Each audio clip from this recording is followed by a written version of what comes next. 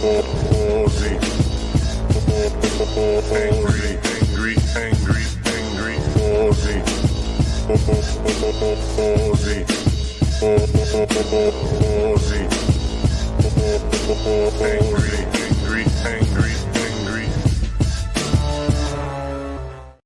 right, Jared's just grooving along to the theme music. Well, there's no one here, so I'm going to make a cocktail. In case anyone watching this back wonders. It makes me wonder.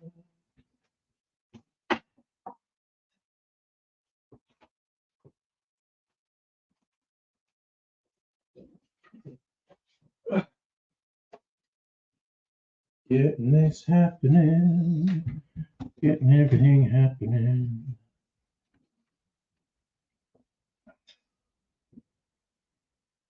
Right. Actually, let's delete old files.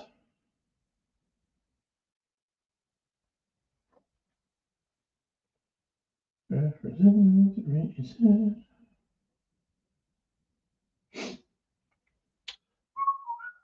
breaks the round. Breaks the round.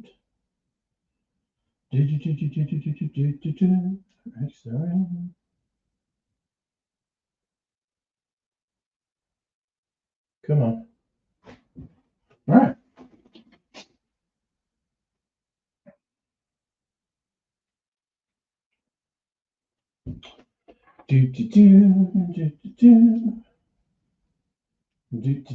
Why is that not working? Come on, you piece of shite.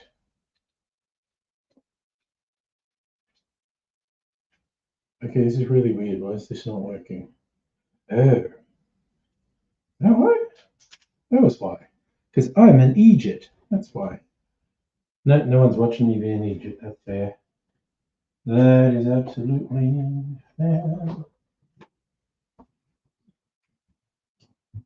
It's fair for a bear and man.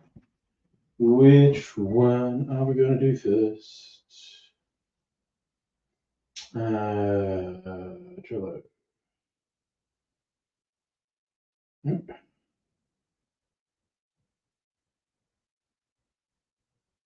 All right, probably Southern Border first, actually. Yes. Okay. So I'm going to get a different sugar syrup.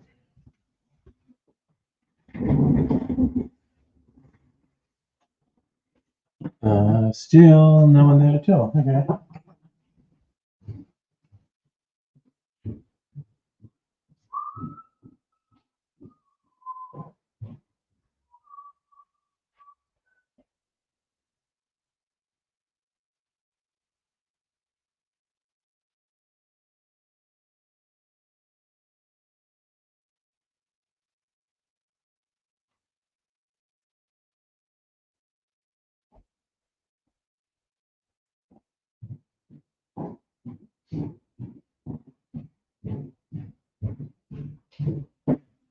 Okay, fine. Still no one there. It's a quiet Tuesday.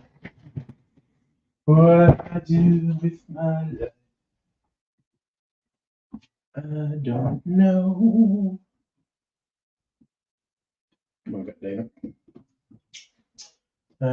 So this one we want llama juice.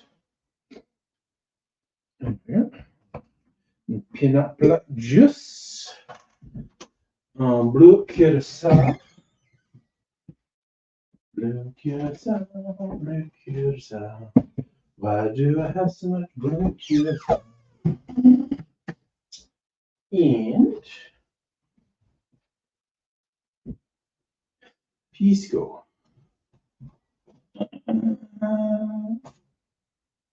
Pisco? Let's look. Pisco.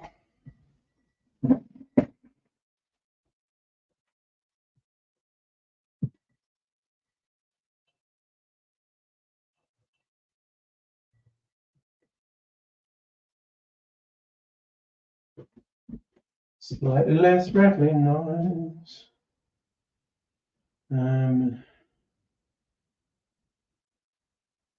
What be Pisco. Look yourself.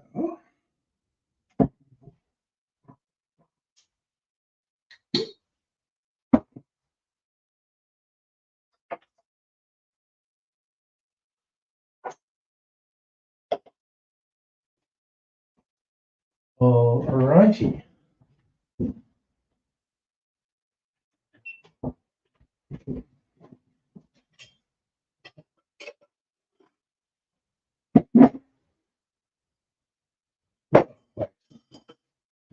What did I just do?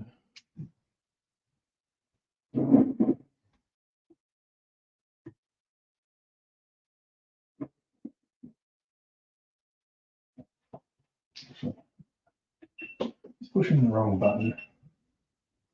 Hey, Race, what's up, man? Are you at work? I'm just making a cocktail. It took me a little while to get set up. But now we go. Okay. Sticky Mills of Pisco.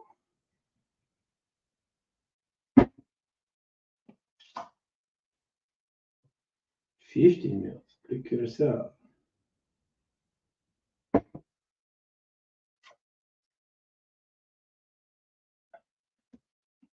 $50 mils lime juice.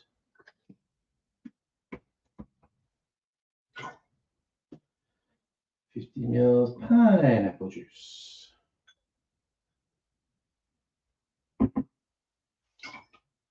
And finally, quarter of an ounce sugar.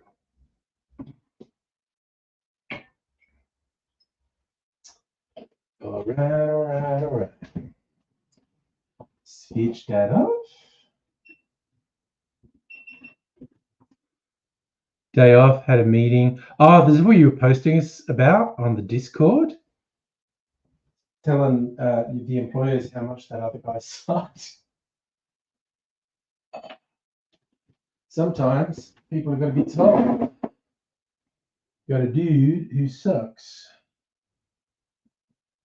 Okay.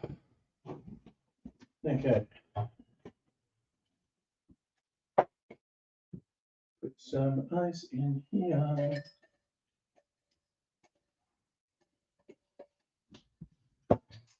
Oh, God, Danny. Oh. Come all here.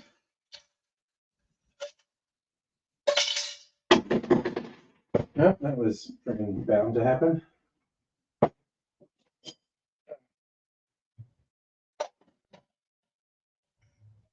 This.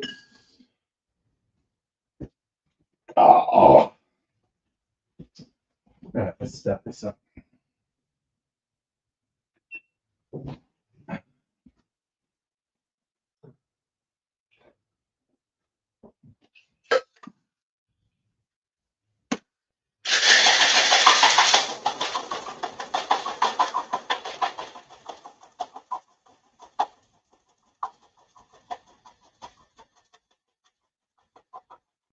Okay. Painfully cold to hold, so that's probably enough shaken.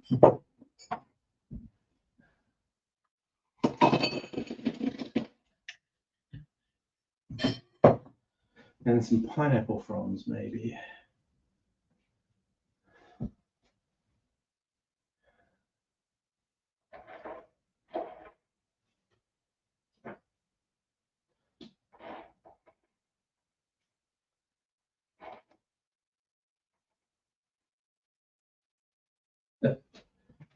Oh, very stylish. Pineapple fronds. Right, I'll put this down.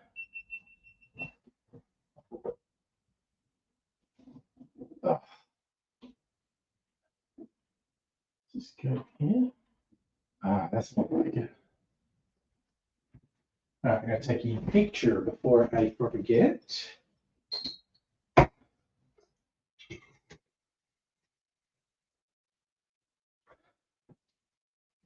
southern border.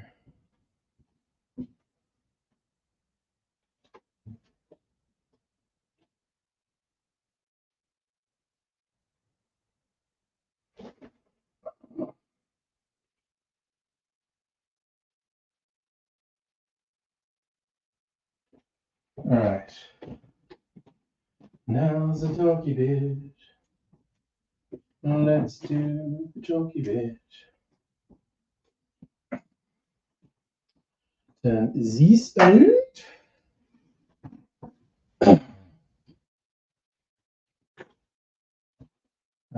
Turn the audio recorder on. Turn the video recorder on. Week's been a mess. Some knob tried to insert a metal object with a handle and a sharp edge. Oh no. Oh yeah. Dickheads, man. Geez, there's been a lot of that in the news lately, though, hasn't there?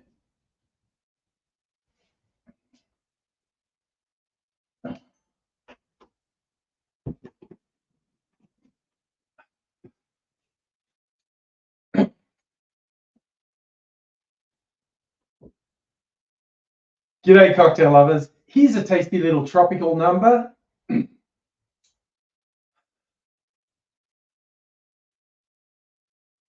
G'day, cocktail lovers. Here's a little. Oh, fuck me.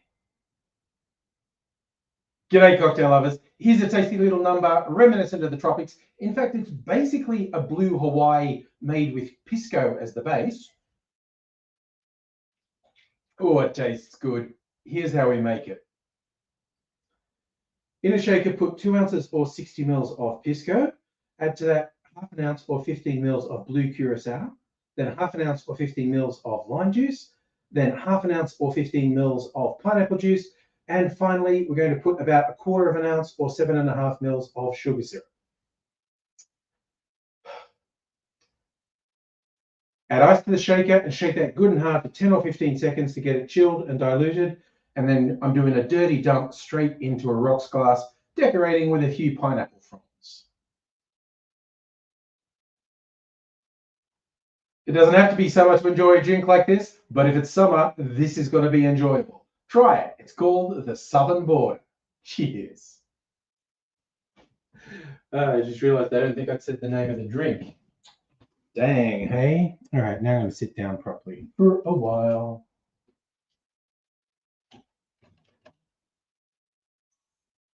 I have in mind to make another short video, but we'll see how we go and how motivated I am. That is on. Put that on. Seal that sucker. And this one. And then I sit down. That brings this over here. Maybe I have drunk enough to put that last little bit in. Yeah, there we go. That's what I'm talking about. Okay, ooh, I forgot to switch this off. Back to some more relaxing mood lighting. Oh. All right, we're down. 12 hours sleep the whole week.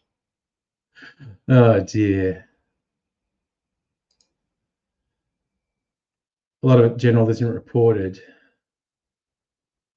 Yeah, it is. It is absolutely surreal. The number of reports of serious stabbings in the last month or so. There are going to be some really strict anti-knife laws. I mean, there already are, but more so.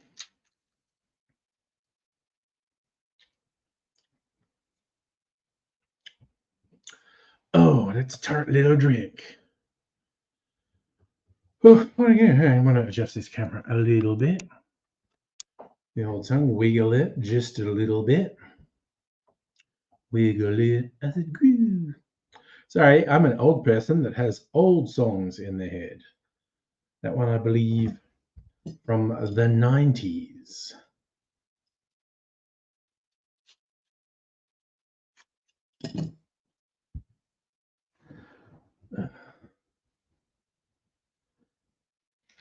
some orange peel in there too. That's always good.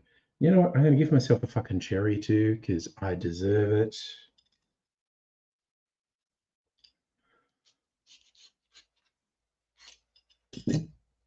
Because, you know, I'm God's chosen one. Put that in there. Get a bit of orange flavor happening as well. A little orange from the blue curacao, which is theoretically orange flavored. Theoretically, I think it's mainly sugar flavored myself, but that's me. Controversial. I mean, I'm not really, but you know.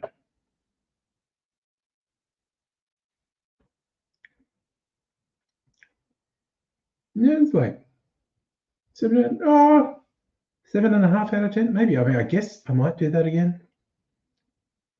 Just tasting it, I'd probably adjust the flavors a little, quite honestly. But it's not bad. 7.5 out of 10. Not disagreeable at all. Just not really falling into place for me. Ooh, creamy cocktails. Okay.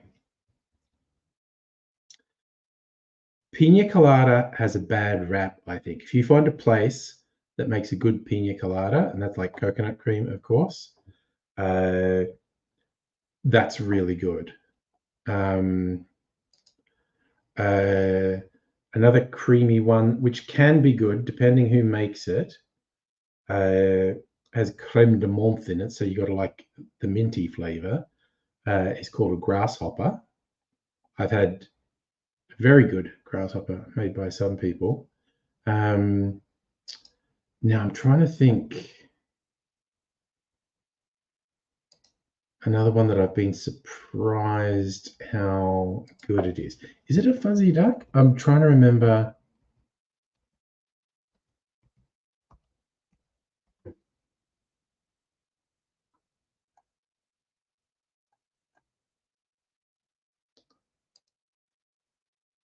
Oh, what are we doing here?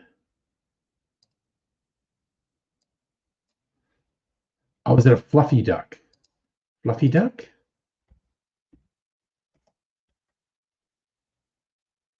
Okay. What's in a fluffy duck? Gin, Advocaat, triple sec, orange juice. Yeah, okay. It sounds silly, but again, I've had a fluffy duck made that was just great. It has a cream liqueur, an egg cream liqueur called Advocaat in it. It's kind of like Advocaat's kind of like alcoholic custard.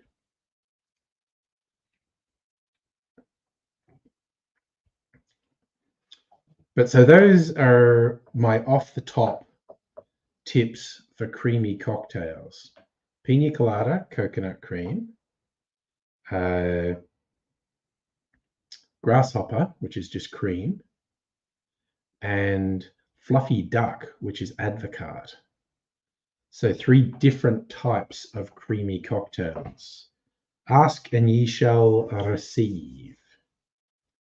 But it's also just if you're at any sort of decent venue and they've got a cream cocktail on the menu, it's probably going to be good.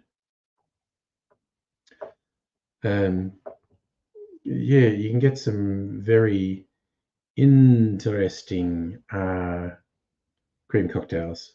There's another one I think has an undeserved bad raps. Like if it's creamy, it's not good.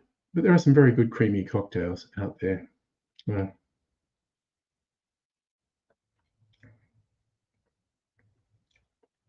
No, it's growing on me a bit. Definitely a 7.5. If you're feeling like a tart, fruity drink, that's not bad. I'm going to make one in a second. Well, in a few minutes, I'm going to make a creamy-ish cocktail. It's going to have sweetened condensed milk in it. It's a sort of long stretch take on a pina colada, a sherry colada. So that ought to be interesting. Okay, so Right, where did I put Southern Border? Sherry colada, sherry, pineapple juice, coconut cream, and lemon juice. Do I really want to go and get lemon juice, or will I just do lime juice? What juice is in a pina colada?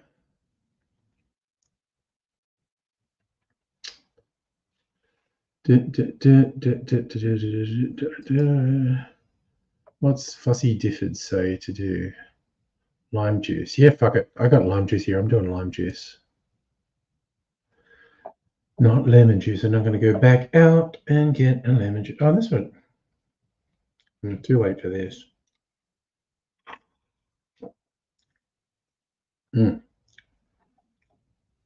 Okay. That one definitely grew on me. So we'll take that under advisement.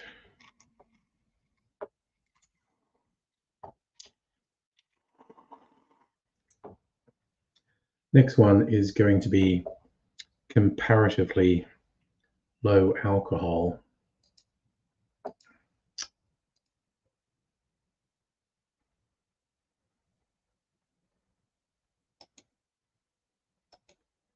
Looking at different sherry colada recipes, 2 ounces, 1.5 ounces, 1.5 ounces, lime juice. Oh yeah, some salt, some saline.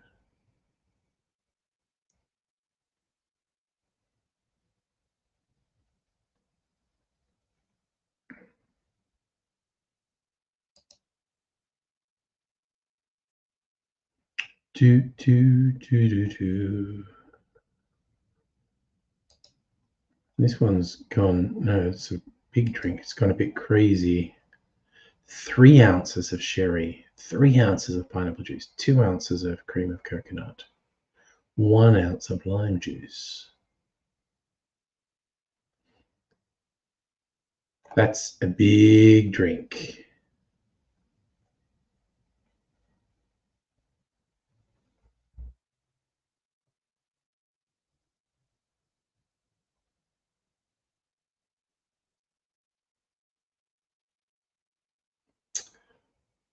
Wowzers. Oh, that's a blender recipe. Good Lord. Not doing a blender cocktail. Anyway.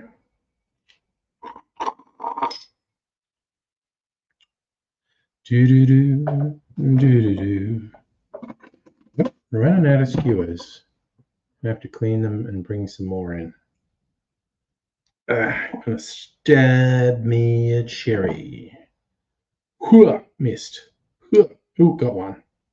Excellent fishing. And he took 2 tries. I feel like a professional.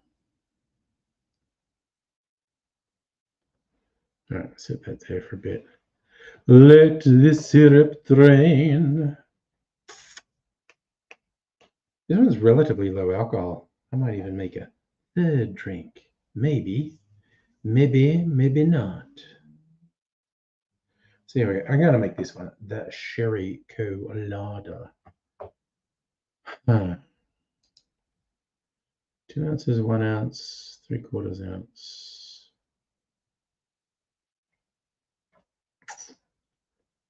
4 ounces. Shaking it.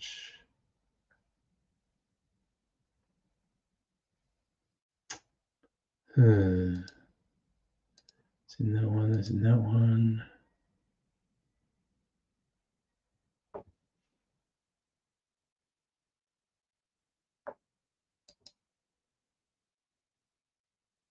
So Strictly Sega, first name Mr. Middle name period, last name T.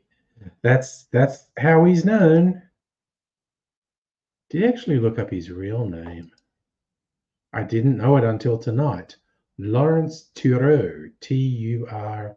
Now that's a French sounding name, which makes me think his family came from a French colony, either an African French colony or like the Deep South, Louisiana, something like that. Black man with a French sounding name.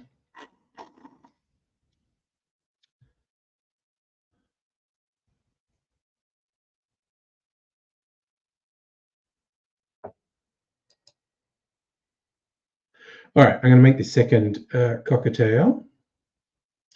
Ah, well, who wouldn't love a Mr. T soundbox?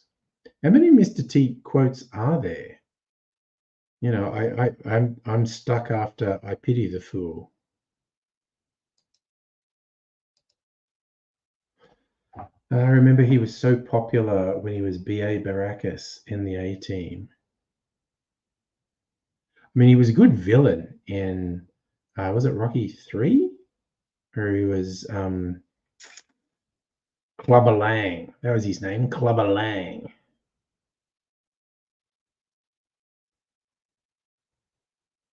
Oh, is that actually what he says?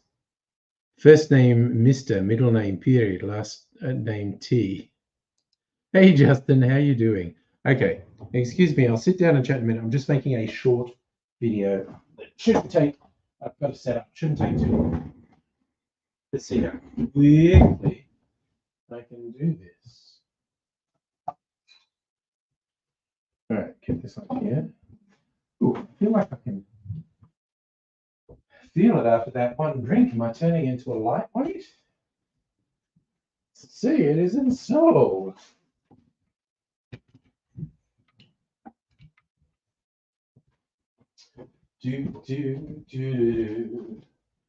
Good. Okay, what? Sorry. Okay. Okay, stop that. Done. Stop that.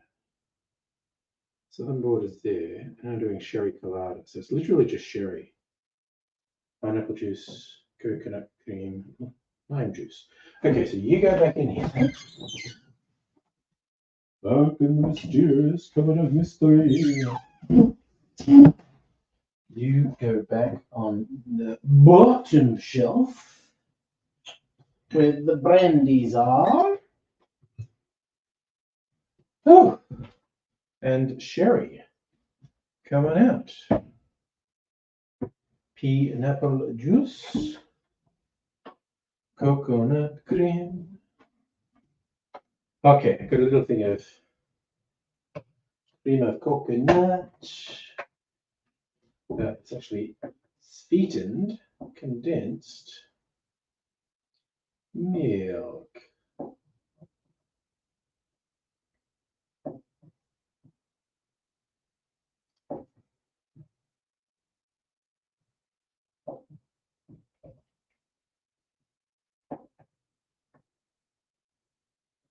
Ooh, I'm going to mix it up because it was starting to separate. And in fact, I'll put it in the jigger.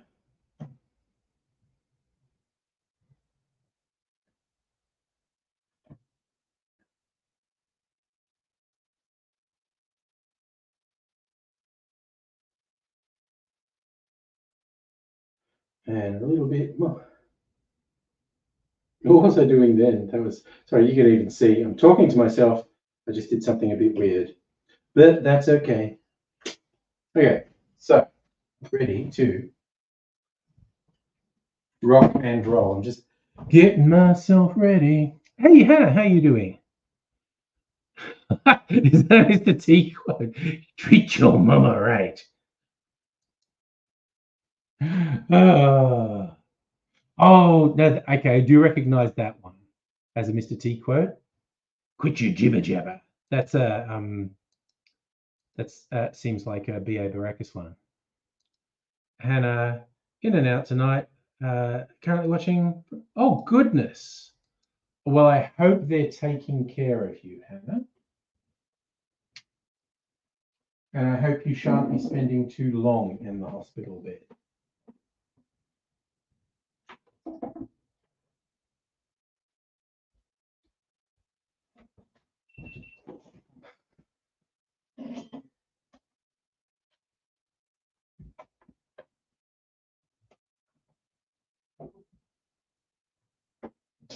Okay. So That's there, that's there. Is that ready to go? I think it is. Okay, I'm just going to do this and I sit down and talk to you properly.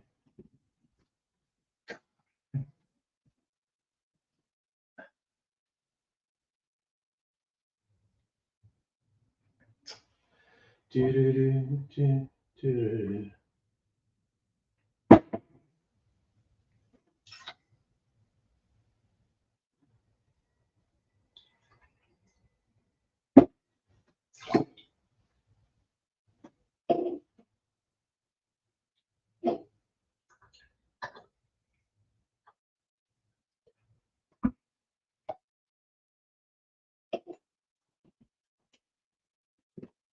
Okay, so dot.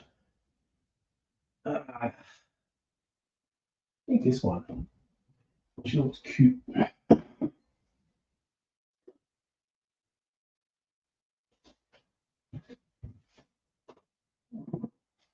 right, I gotta get some more pipes in here, and we're gonna have another shakerado. The KP and the Sunshine Band would say, and to shake your booty right down to the ground. And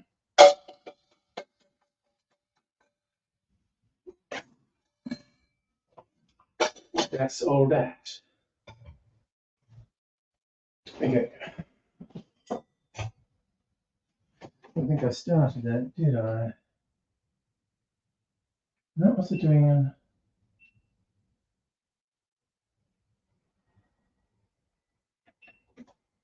Not quite worried about what I did with the other one now, but okay. Let's go.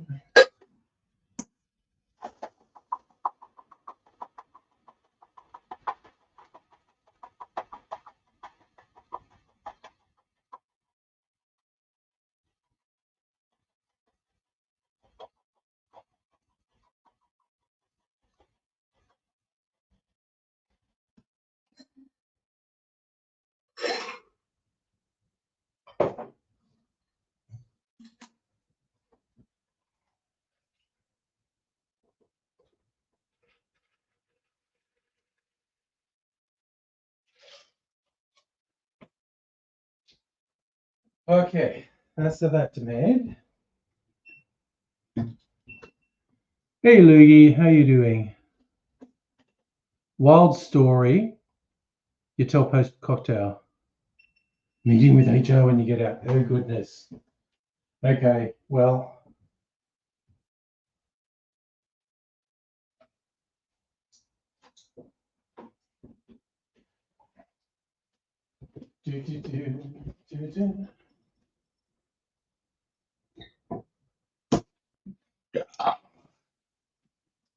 Okay.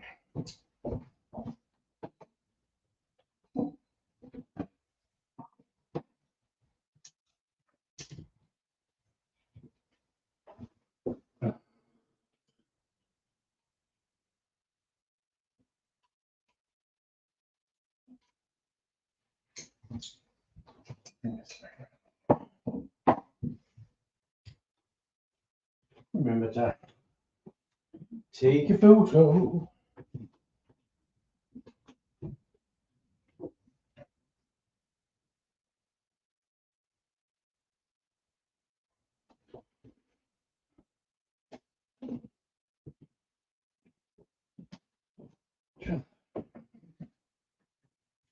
Okay.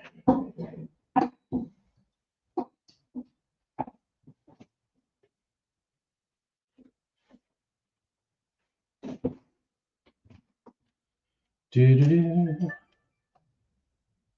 Oh, yeah, doing that. Yeah, that's ready. And we're ready to go.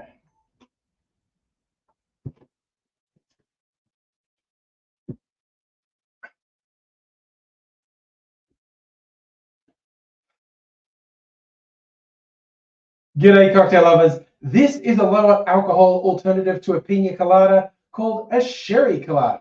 I think a nice red cherry would be a nice touch for this one as well. But time to taste it.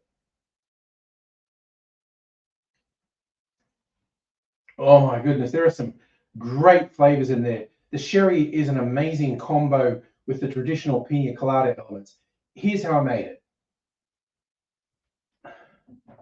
In a shaker, I put 1 ounce or 30 mils of cream of coconut, then 2 ounces or 60 mils of sherry, 1 ounce or 30 mils of pineapple juice, then 3/4 of an ounce, around 22.5 mils of lime juice.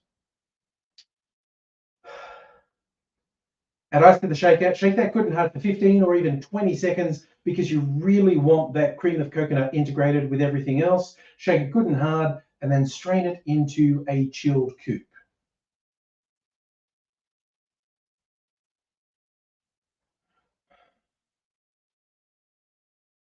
It definitely has the spirit of a pina colada, but it's its own thing and it's well worth trying. The sherry colada. Cheers. Quite like this. I'm going to sit down with it. Probably a little bit of runoff that I can pour in before I sit down. All right.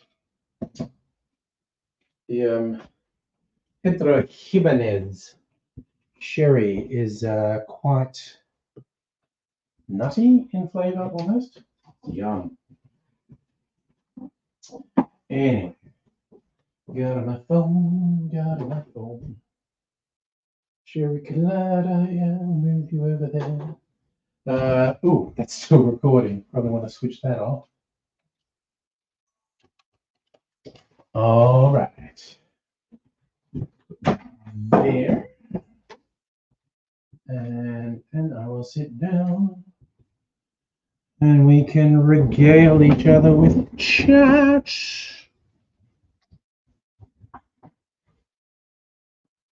Okay, so Hannah, basically, you're at work, working with someone you don't like, aggressive, micromanaging, belittling.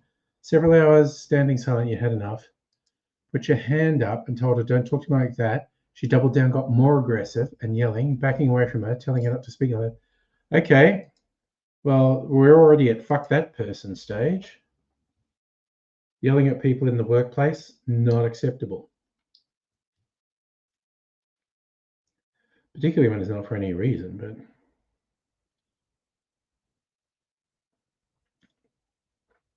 Jesus Christ. She started throwing things against the counter that separated you. We're still just backing away, putting your hands up. Next thing you know, someone was saying your name, telling me to look at them. Wow. God damn, this is seeming like a wild ride, Hannah, by the way. Also, Lugie, you finally got your coffee. I'm very happy about that. That was when you were like, oh, fuck, I'm on the floor. What am I doing? Oh, my God.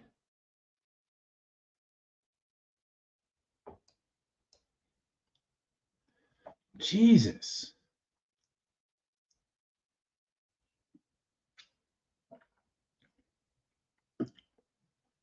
Yeah, that sherry colada is a fucking winner. Hot damn. It's an 8, maybe an 8.5 out of 10.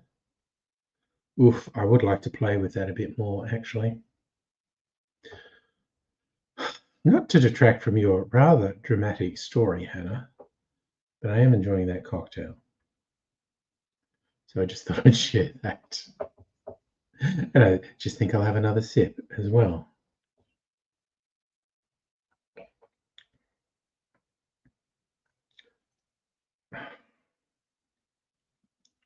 Fucking yum.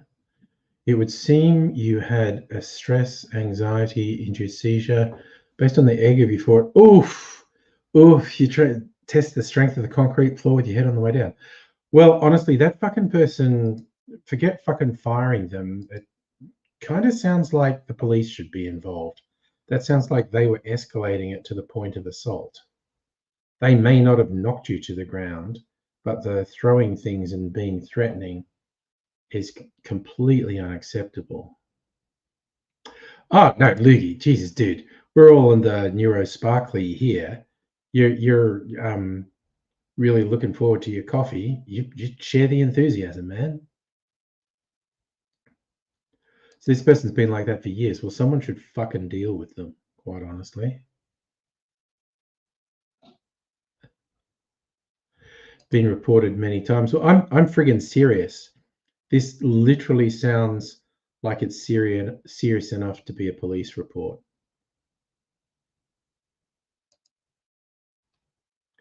You could sue them for, if they don't get rid of her, you could sue them for having an unsafe workplace. There's no way you could feel safe around that person. Oh God, I've known someone like this.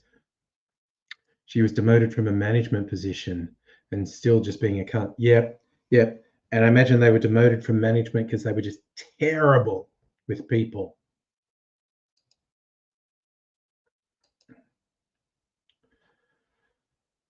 Ugh. Well, that's bullshit. That's bullshit neither you nor anyone else should have to put up with in a fucking workplace. You don't want fucking abuse and people just being dangerous. Yeah, no, Lugia. Well, I'm not joking. I think it's assault here too. So, hey, your boss called to check, said it's clear from the security camera you are not threatening her in any way. She's being aggressive. Yeah, I'm fucking serious about a police report on her, for fuck's sake.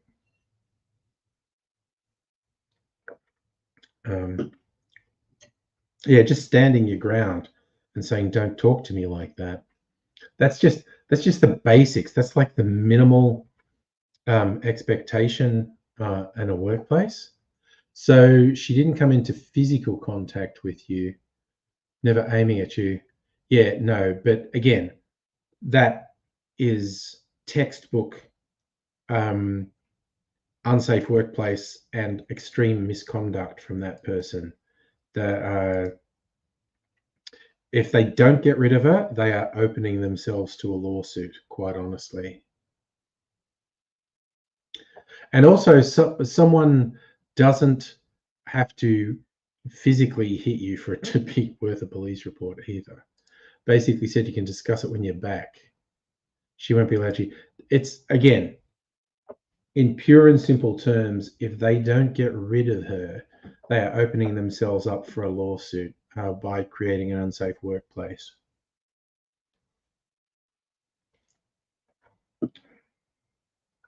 Hey, Pat, how are you doing today?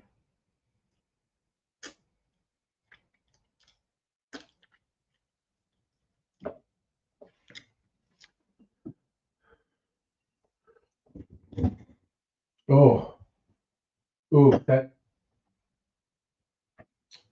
sherry colada. It's good. I think it could be better. Very good. You're saying leave causing stress-induced seizures. Yeah. Again, like, I don't know if it's criminal assault. I do know that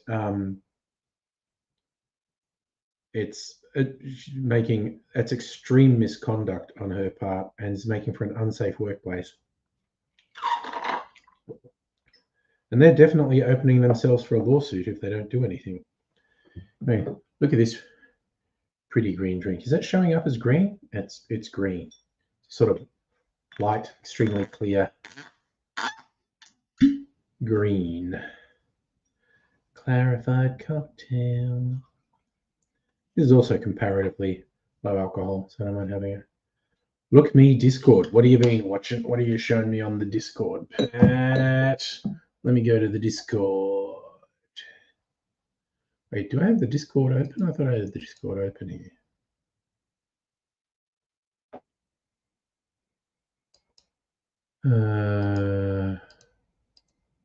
No, I thought I had the Discord open. I don't. Let me open the Discord. Let me open the Discord. Is Angry streaming? General. Ah, you went to see If Imaginary Friends, Pat? Our resident regular moviegoer. What did you think about the movie If with the imaginary friends, Pat? So Justin, your brother's taken leave, manages a psychopath. Half his team are taking stress leave. That's not good. So Anna, there's a few things complicate the matter. Yeah, you're persisting mental health issues. Still, she's making for an unsafe workplace. Another best movie endorsement from Pat. Nice. She's also neurospicy on a workplace improvement plan. Could boil down to once again being removed from having much contact with her stuff. It's like, I mean, honestly, she's just straight up dangerous and unacceptable.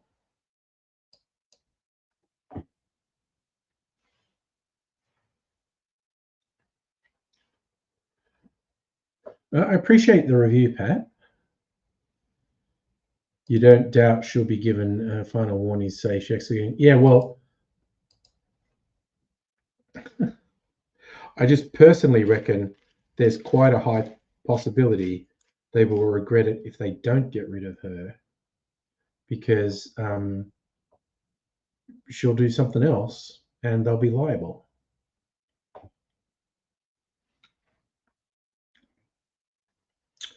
What am I doing today, Pat? I'm just chilling, mate. I made a couple of videos, which I'm quite happy with. And I'm just chilling. Actually, I get to do a movie review next week because for date night this Saturday, Mrs. Angry and I are going to see Furiosa.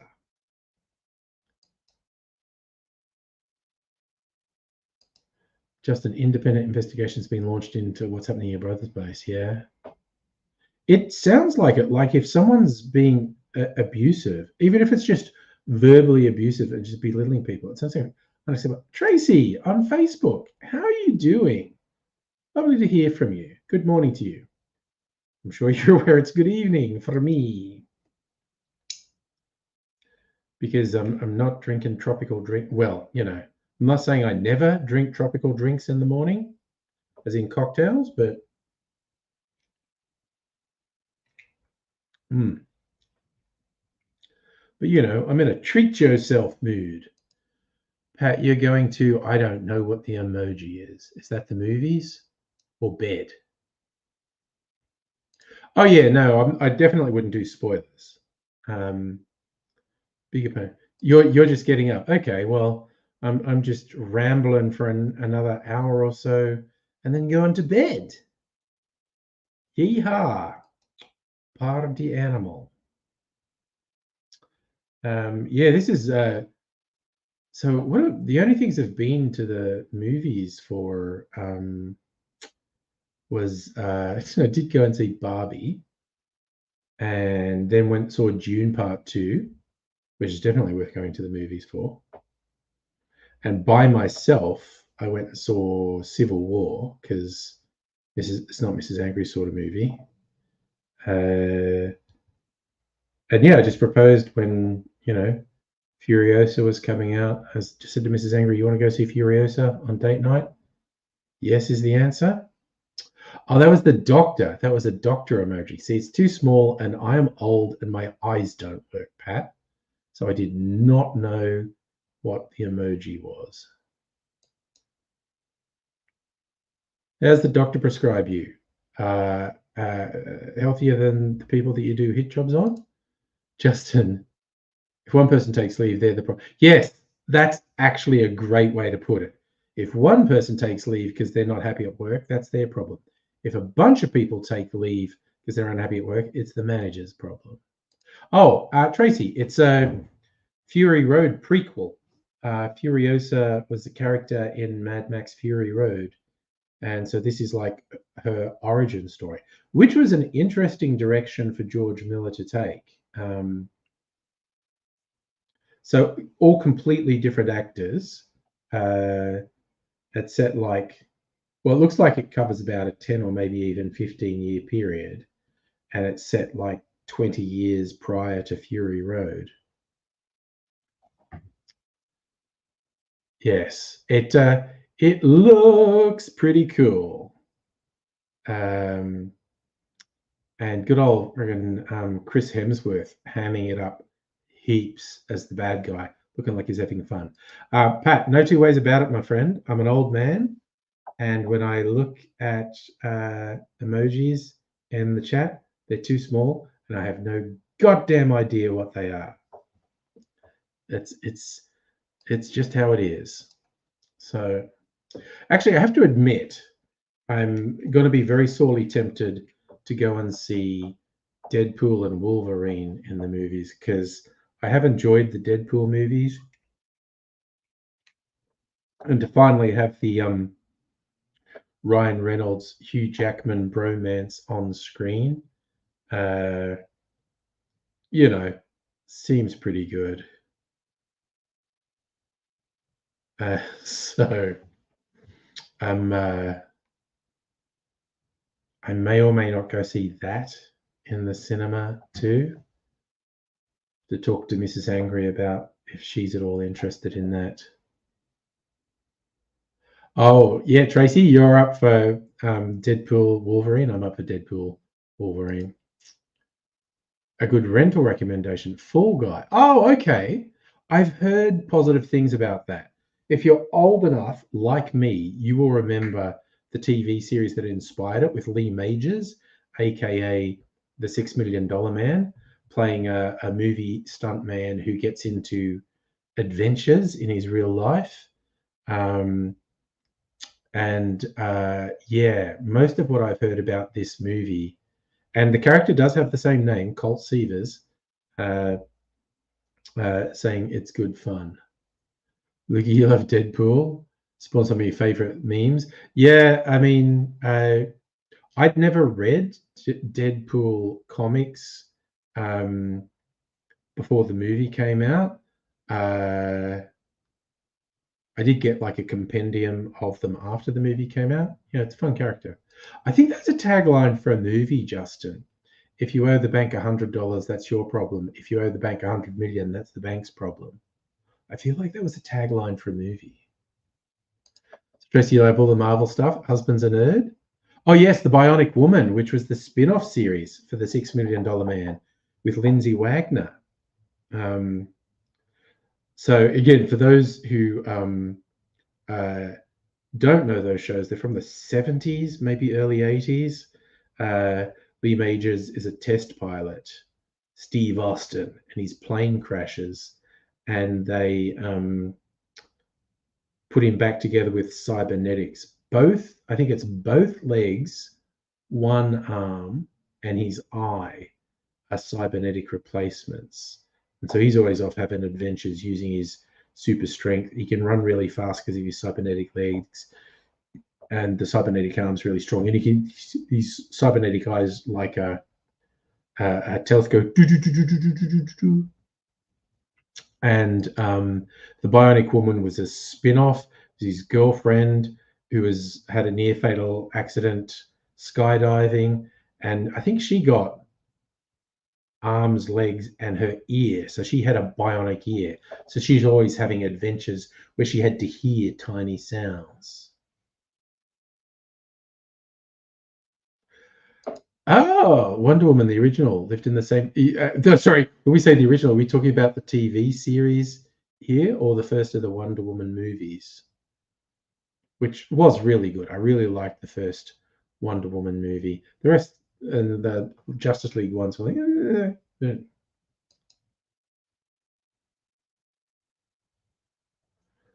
Okay, I'm actually probably enjoying the trailers for 3 more than I did 2. 2 was fun. 1 I just really liked. But we'll see. Yes. Fourth wall break inside a fourth wall break. That's like 16 walls.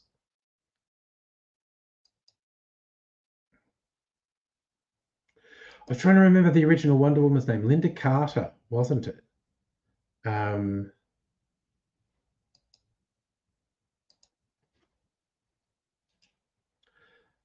Yes, that was a very camp show, the Wonder Woman from the 70s or 80s.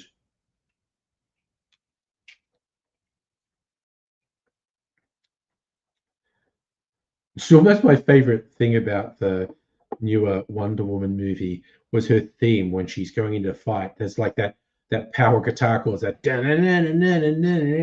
it's really good theme music when she's about to get into a fight. Oh, yeah, actually, that was good. That was like obviously not even in the movie. That was just telling the vibe. Someone's getting mugged and he's trying to change in phone booth and he can't get changed in time and the robbery's over when he gets out. It's funny. I do like this. Yes. Linda Carter predates you, Tracy. Well, we have already established I am an old man. But yes, I don't think. Actually, I started watching the Flash movie on the weekend, and I got to show. I think I watched like an hour of it. It's like 3 hours long or something stupid. It's kind of entertaining. Ah, oh, Tracy, you just bet it was too early to remember. We both Gen X. Is that what we're saying?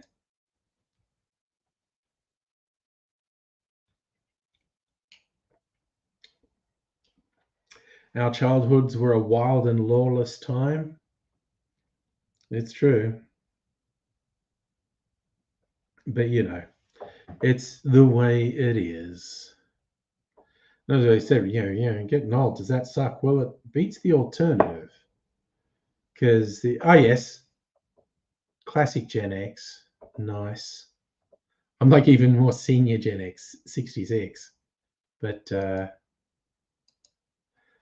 yes. Gen X representing, yeah.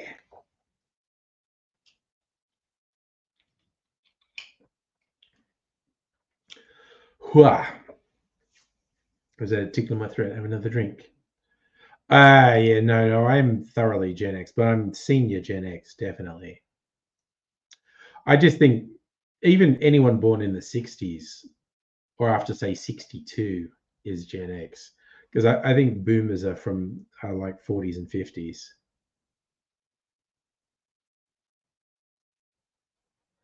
Okay, what was that, Hannah? The conversations about what happened. It's difficult to fire someone. It's a growth opportunity. Like I said, they are opening themselves from for a fucking lawsuit for a dangerous workplace. They're really. I know they're probably trying to avoid drama, but they're setting themselves up for worse drama. I tell you that for free.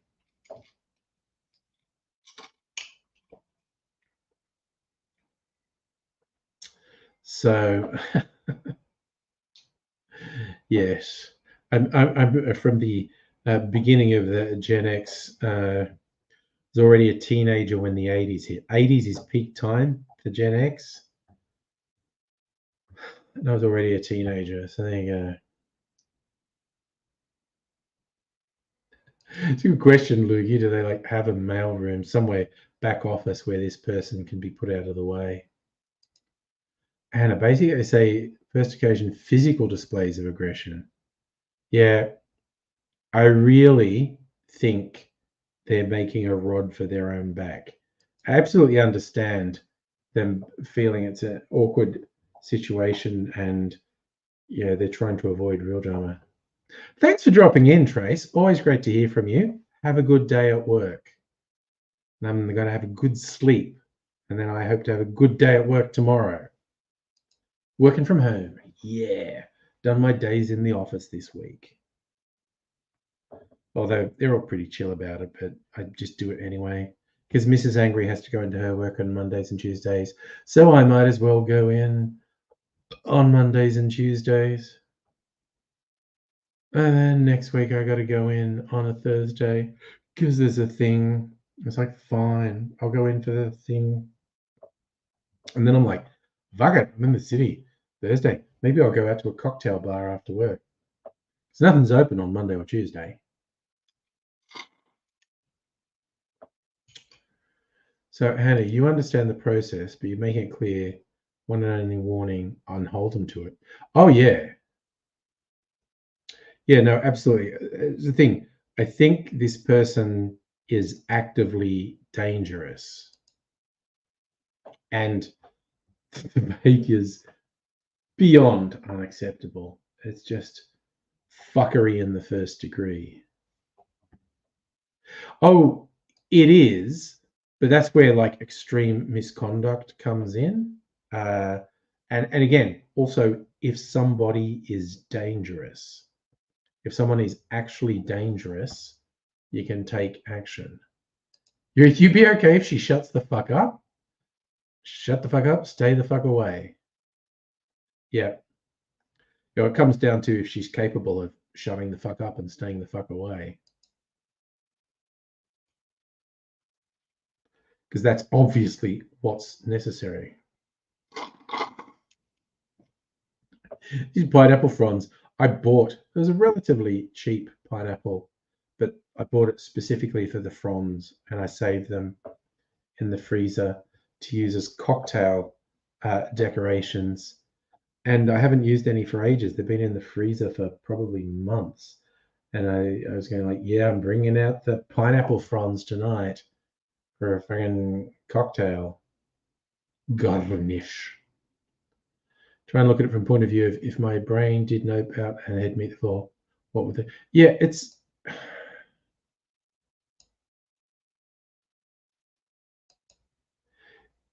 In fairness, in that circumstance, I'd probably say first and pineapple. Yeah, it's just. Yeah, if they don't take like okay, not necessarily fire the person, but if they don't take extreme measures to stop her from doing that again, they deserve a massive fucking lawsuit. Your injuries are caused by something pre-existing. Yeah, but you're being kind of generous.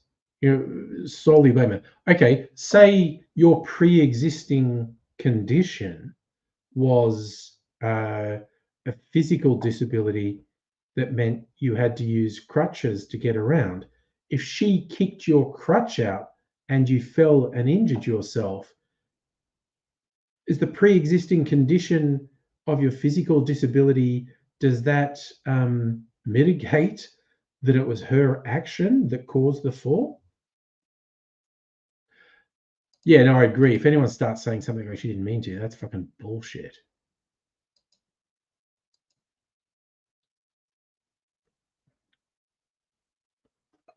And again, your injuries weren't caused by your pre-existing condition. She caused a flare-up of your pre-existing condition.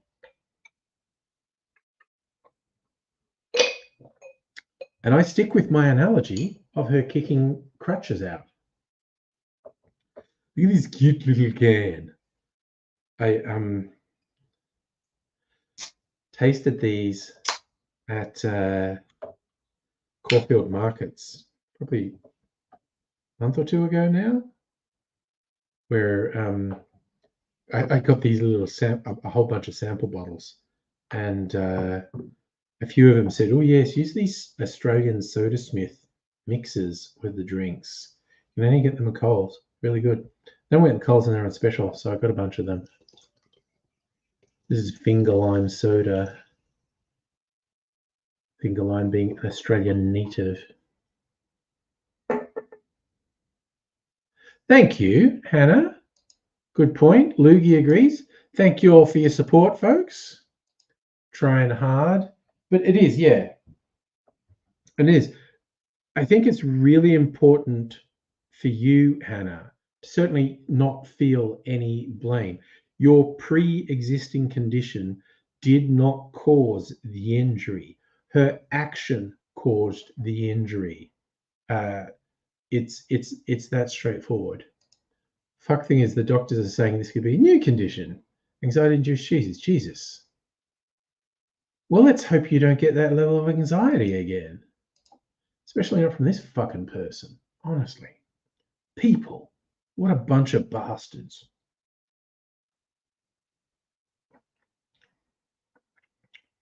Oh, yum.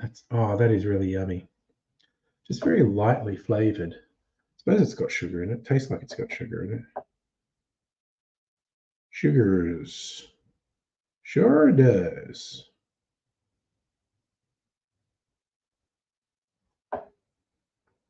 For sure. Sure does have sugar.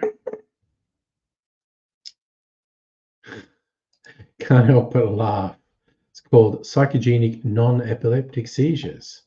Sounds like a good name for a death metal band. You could be diagnosed with penis. Oh my God. Oh, Hannah. Oh dear. I was just going to go with Psychogenic Non-Epileptic Seizures as a good name for a death metal band. I get so stressed, I have penis. Ah. Oh my God.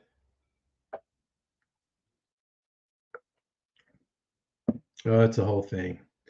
It's a whole thing. What's that? All right. Sorry, I'm just gonna look up a notification. Dang. Okay. Massage. Where's the fucking settings? The settings. Yes, no, I do not want promotional push notifications. Why is that the only thing? That's ridiculous. Verify password. Just trying to get settings so this thing doesn't send me notifications, quite honestly. And I'm not seeing. This is bullshit.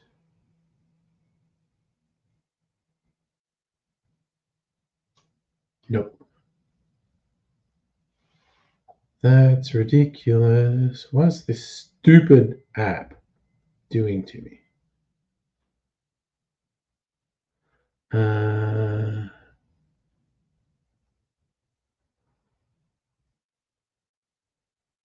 Well, okay, you know what? Fuck you, stupid app.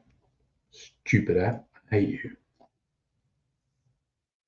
Justin, breaking news. Singapore Airlines plane emergency landing after severe turbulence. Jesus! Landed where? Like the logic of they get so stressed their brain says no, make a laugh and call it penis. I mean, you know, that's very glass half full approach. Seeing the light side of things, which is a strong and positive thing. London to Singapore. Sorry, I'm looking up this thing.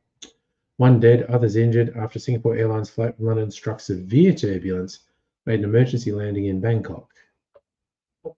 30 people injured, according to reports. Confirmed the death. Not immediately clear at what point the injuries and death took place. That is severe turbulence if someone can be killed by it. And I know I've heard cases of turbulence in planes that didn't crash, that was someone was walking and it literally threw them into the roof and then threw them into the floor. So it's pretty bad. Oh, and that was another pretty wild story. The Iranian president dying in a helicopter crash. If you get the penis diagnosis, you can claim you have dick for brains. Well, I guess you can. Oh, this is kind of. I think this is fucking flight with severe turbulence killing someone. Going to be a bit of a story. No, Lukey. Hannah's leaning into being diagnosed with penis. Making the whole thing bearable. Okay, that lime soda is good. Oh, I think yeah. What would I have that with? I don't usually just have booze and soda, but that would probably be good with rum or gin, quite honestly. So, because it's sweet and tart, I'm thinking might need to go out and get some water to drink as well, just to like cleanse my palate. It is certainly not every day a country's president dies. Well, it was a helicopter crash, wasn't it? But yes, an aerial vehicle crash. And you have a giant lump on your head from greeting the floor with enthusiasm. Head, oh, you have penis and head testicles. Goodness me. Penis of the brain and manifesting with head testicles. That's oof. That's a medical condition, Hannah. That's what you got there. That is a medical condition. Well, that was a Lugie. That's what the penis stands for. I'm gonna find it again. There's NES was non. Okay, this is psychogenic non-epileptic seizures or penis. Oh yeah, an angry person almost killed some Central European president. That's wild. Oh yeah, absolutely. That's why it kind of sounds like if there's this many injuries, the turbulence might have come with no warning or with not enough warning. Sounds fucking wild though. Yeah, the other thing on a plane, if you're going to sleep, put your seatbelt on because the turbulence might happen when you're sleeping. Climate change has the capacity to make basically any weather event you can think of more severe. Turbulence would be one. Flooding would be one. Drought would be one. Cyclones and tornadoes would be another. Basically, every extreme weather event has the potential to be much, much worse. It is, just strictly saying, the best default position. If you're not actually out of your seat, have the seat belt on is the best policy on a plane. Yeah, that's one of the ones we're talking about. The president of Iran dying in a helo crash. Oh yeah, Jesus Christ! The stories about Boeing and very real safety concerns. It's just like, God damn. Even if the company's not being a-holes, air travel has a whole bunch of, challenges and dangers. But when you're starting to get evidence that Boeing are being active assholes and dropping safety standards and having poor construction, it's like, oof, what the hell, man? What the actual hell? It's some intense shit, man. Ugh. So yeah, we're living in a weird and complicated world.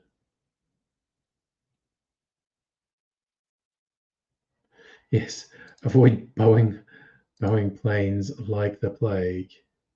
Oh, okay. It's absolutely surreal that two whistleblowers died. God damn, that was trippy. The first one seemed weirder than the second one, actually.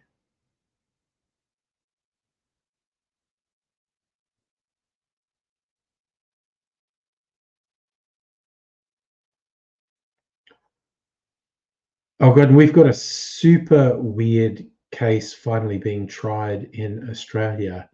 This somewhat elderly couple who got murdered when they're camping. They're in their 70s.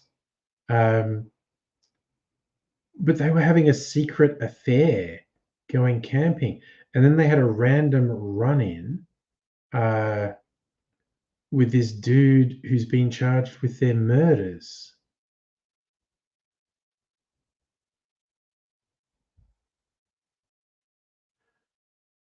So the pair who were murdered, the guy's having an affair with a woman and had lied to his wife, saying this other woman was his cousin. In the early 2000s, the widow confirmed she thought it was odd her husband and Ms. Clay would go on walks together during holidays. Mr. Hill admitted his infidelity when a neighbour found out about the affair and threatened to tell his wife. Ms. Hill said she learned Miss Clay was not her husband's cousin. She thought the relationship had ended, did not know Miss Clay had joined Mr. Hill on their March 2020 trip to the Wanangata Valley.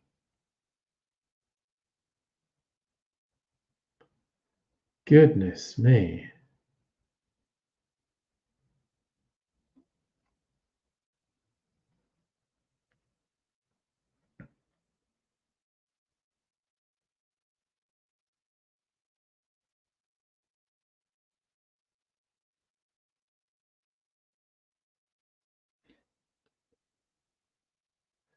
Goodness gracious me.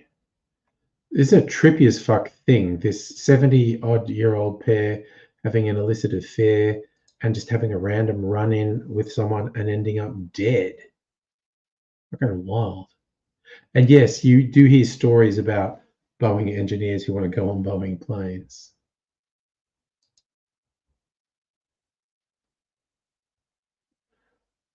Well, look, I will just say the first whistleblower death was weirder than the second one, but the second one was weird just because I'm like, really? 2 whistleblowers died? Wow, fancy that. Oh yeah, and the guy here. Okay, this is one. There's a guy who believed correctly, I think, that Australian troops were responsible for war crimes, and he leaked the information to journalists. It's kind of funny what a lot of his supporters seem incapable of accepting is he committed a serious crime.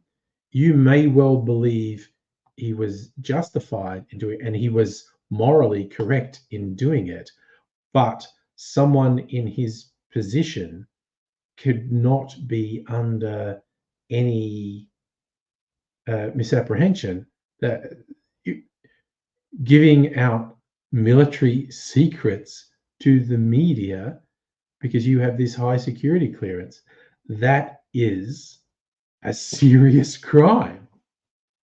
And I will absolutely side with anyone who says the morality of his position is stronger than the morality of the military saying we're trying to keep secrets. But this is a question of law, not morality. And, rather black and white view of the law, he had committed a very serious crime. So she say, what do you mean? You mean he gave information about people committing crimes? I believe he did. I believe he was also right in that people should maybe know about the crimes. But again, that's a moral judgment, strictly Sega. It's absolutely unequivocal that he committed a serious crime. Now, totalitarian regimes have crimes that are, bullshit and protecting power. That's what I reckon this one is. But again, it's absolutely black and white that he committed a very serious crime. Look, you've been following the story, a few vids. Oh yeah, no. The stuff he was doing, I personally have no doubt that multiple people in Australian Special Forces are guilty of war crimes, like no doubt at all. But the basis of his trial was not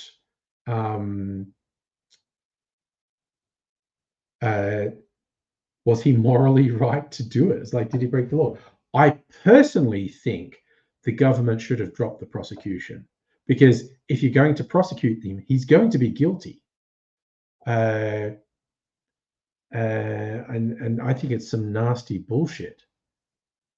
That's why it was prosecuted. Chilling effect on whistleblowers. He was prosecuted to deter other whistleblowers in the future. which is a bastard act. I genuinely think when Labor got in, they should have withdrawn the prosecution, because there's essentially no doubt if you prosecute him, he's going to be found guilty because he's guilty under the law. Absolutely unequivocal. Rays, I agree. Some things don't need to be leaked. Multiple members of special forces committing war crimes and murdering civilians kind of should be reported on.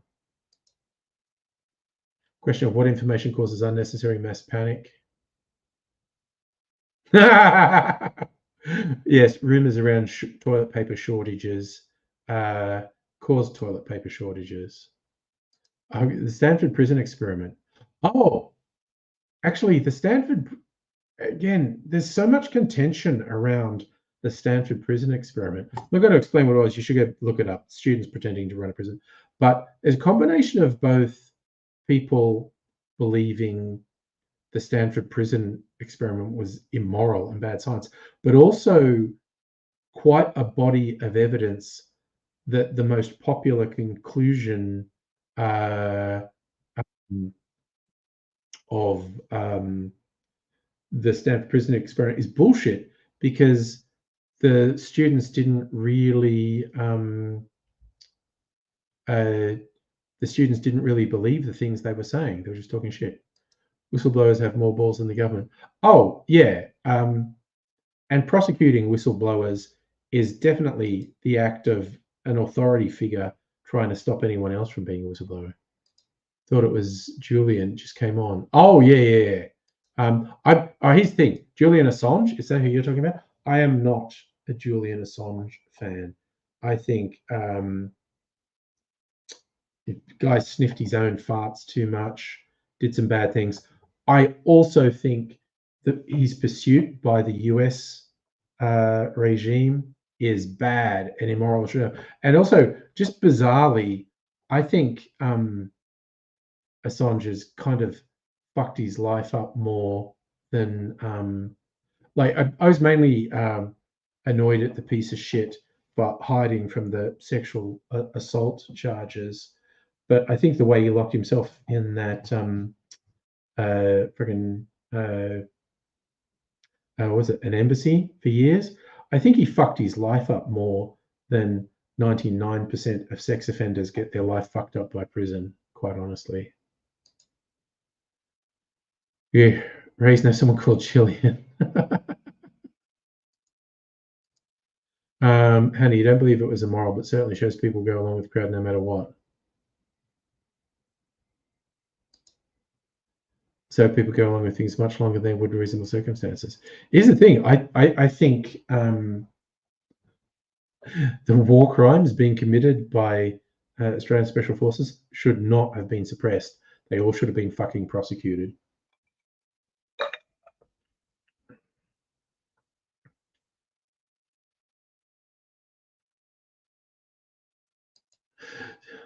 So your cover story is that's your aunt who you haven't spoken to in 18 years. Okay, I guess we'll go along with that. The reason they didn't drop the case is because US government try and remove them. That's being more than a tad dramatic, Justin, because it wasn't about US soldiers. It was about Australian soldiers. I'll go so far as to say that's just not it at all. Not at all. You're claiming the US government got rid of Rudd? Rudd got rid of him fucking self by being an intolerable prick.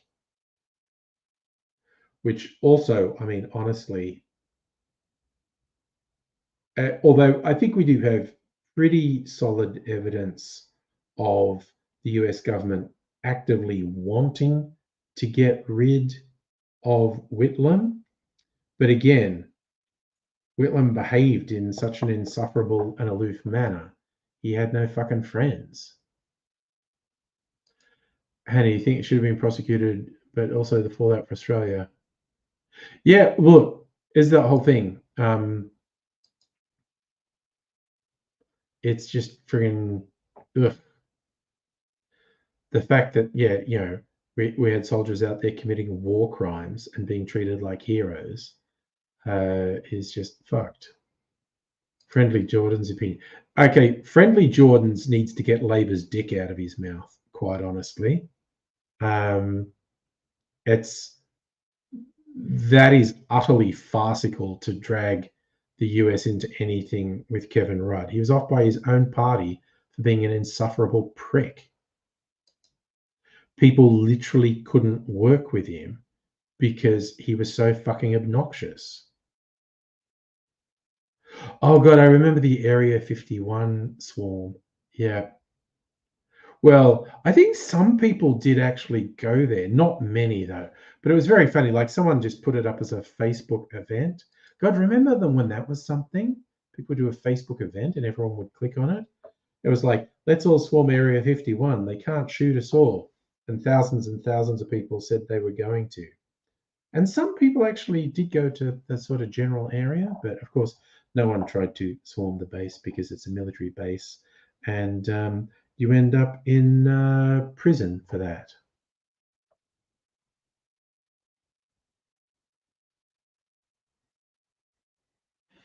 Are we talking about Rudd here? And again, Rudd absolutely showed his true colors when he was a backbencher and spiteful, vindictive cunt, basically, consistently undermining the Gillard government. I had such high hopes for Rudd when he led Labor to an election win, but he's just a profoundly flawed person. Oh, right, yes, and he got beaten by Abbott and gave us Prime Minister Tony fucking Abbott. But then we had the hilarity of the Liberal Party eating themselves. We had the weirdness, but not totally unexpected, of several years of the Labor Party eating itself. But then I was a little surprised by the spectacle of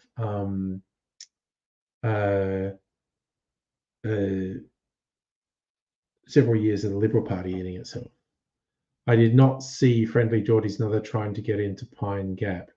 I have no idea how hard they tried, but again, that's the sort of thing that if you seriously breached a military site like that, you're going to jail for a long time. Yes, PM Speedo.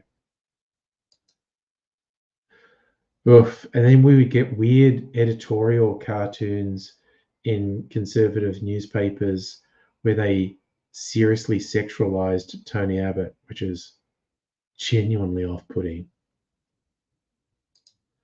The one true claim of soldiers committing war crimes could lead to big-time morons straight over through. I mean, anything's a can of worms, but I think the idea of suppressing the fact that there were war criminals in the military forces, I think that's a bad thing. I think that should be out in the open, and there should be a proper investigation and prosecutions of anyone for whom there was evidence they're a fucking war criminal who murdered civilians.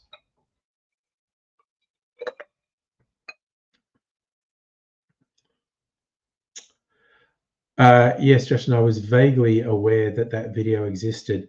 Don't really have any interest in watching it. Needs to be back doing Arnie. It's Mr. T lines tonight, though, because it's Mr. T's birthday. He's a senior citizen these days, 72. Ugh. Wonder if all the years of steroid use are catching up with him, if his joints are all fucked up. Who knows? Who the hootin' heck knows? Murdoch Press coming out about their Ranger Bells. Oh, yeah. Yes, it was. But again, like, it's the Murdoch Press wanted to have a go at Albanese because he's selling the house, so he wants the tenant out. But, you know, what are they going to say? Landlords aren't allowed to do that? As if they're going to say that. Don't think it should have been suppressed, but definitely should have been better PR management than the whistleblower. Well, again, That guy also seems to have somewhat of a messiah complex. The judge certainly thought he had a messiah complex. And his judgment certainly didn't seem the best, honestly. If the military was smart, they should have named and shamed, been seen as moral upsetting.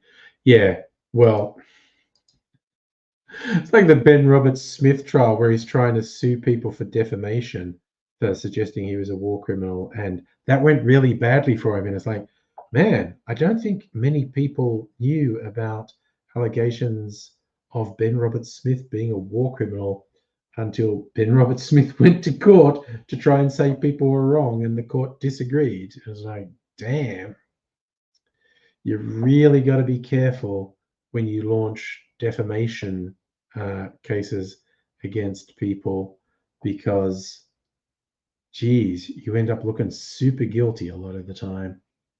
It's like Trump, suing E. Jean Carroll for defamation because she said he sexually assaulted her, and he said, "No, dude, I'm suing you for defamation." Evidence was presented, and go, "Yeah, no, dude, she didn't defame you." It's like a statement of fact what she said.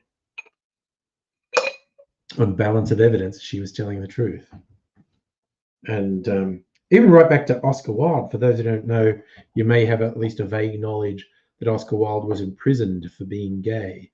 But that was the nature of a court case. He actually launched defamation proceedings against the Marchioness of Queensberry, after whom I think the name for the old boxing thing, Queensberry Rules, was named. But anyway, because one of the pretty young men Oscar Wilde was spending times with was the Marchioness of Queensberry's son, and he was outraged, and he sent a letter to Wilde at this club, and it was addressed to something like Oscar Wilde masquerading as a sodomite, and because it was illegal to be gay, Oscar Wilde decided he had to sue him for defamation, and he lost the case, which meant, who's gay, which was a crime, and he went to prison. So you got to be careful about suing someone because they said something about you that was true. Don't start criminal investigations unless you have nothing to hide. Yeah. Justin, your best friend moved to Adelaide. Annoyed at how. Oh, newspapers generally are fucking shit at the moment. Sydney Morning Herald and The Age used to be somewhat of a break, but they just read like fucking Murdoch rags now. Yes, Lehrmanizing yourself.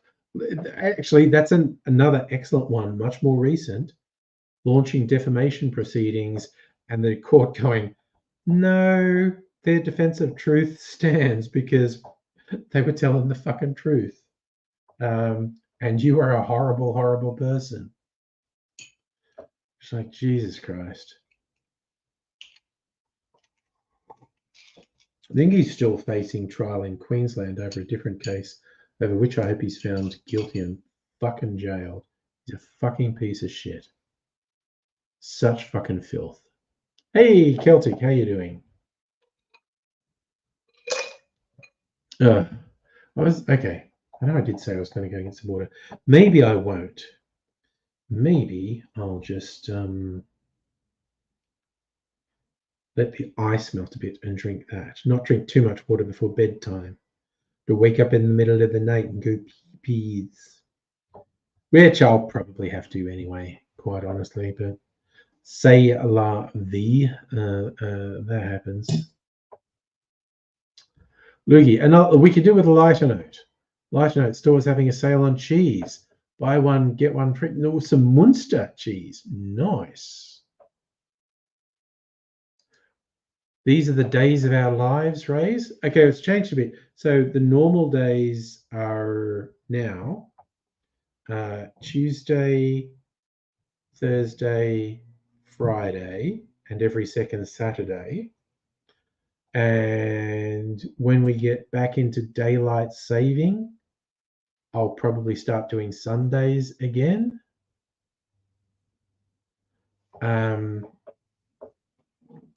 And there's all sorts of variables. If I'm out somewhere on a Tuesday or Thursday or Friday, I'm gonna do a stream.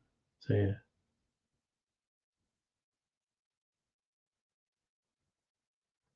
Girls, you saw VD abusing street preachers. You see, I don't like street preachers, but I rarely abuse them. I mean, if they were saying something really vile, I might. And I wouldn't abuse. Maybe I would. But yeah, our boy's got problems. As always, tell him. Hope he gets help. Yeah, see, Justin, you're saying if he's smart. Motherfucker's not smart. He's just a spoiled, privileged fuckhead. Razor gets home, decides I'm going to kick on and goes live anyway. Well, yeah, sometimes. Well, not this week, but next week. I'm going into the city for work on Thursday. And I did mention this earlier in the stream that I might even go, hey, you know what? Fuck it. On Thursday, I'm going to stay for a little bit, not late, stay for a little bit, visit one or two cocktail bars, get a little treat. And pre-gaming, as the saying goes, and get on home and see what's what. Yeah, Strictly Sega, our boy's got problems and is not good at behaving with normal social decorum in public, and shit gets him into trouble. Gonna drive back home 50-50 if I'm still on. We'll see. Celtic, you're saying you need to accept Jesus. They weren't saying anything vile. Yeah, no, I think he's just being a jerk.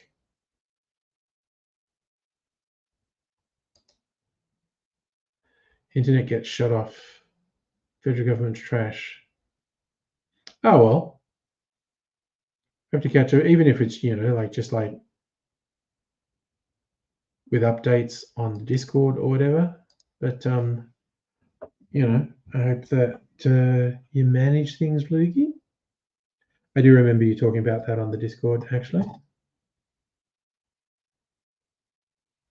So, yeah, Oh, speaking of which, I did get... Sorry, Celtic, just thinking, I did get another one of those religious magazines this week. Maybe I should run out and get it in the last 20 minutes. I will. I think I will. I'm going to run out and get the religious magazine. I forgot, but it's just out in the kitchen, so it'll just take me a secundo, less than a minute, to go and get it. I'm just going to go and get it.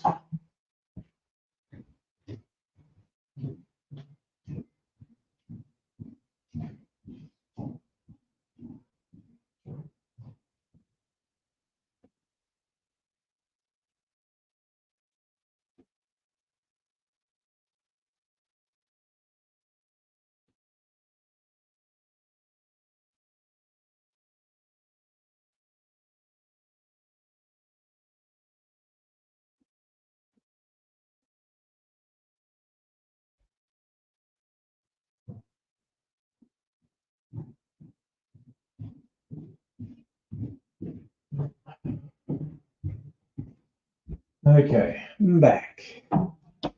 I am back.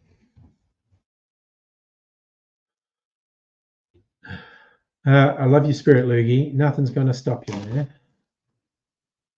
Good. Right, so tomorrow's world.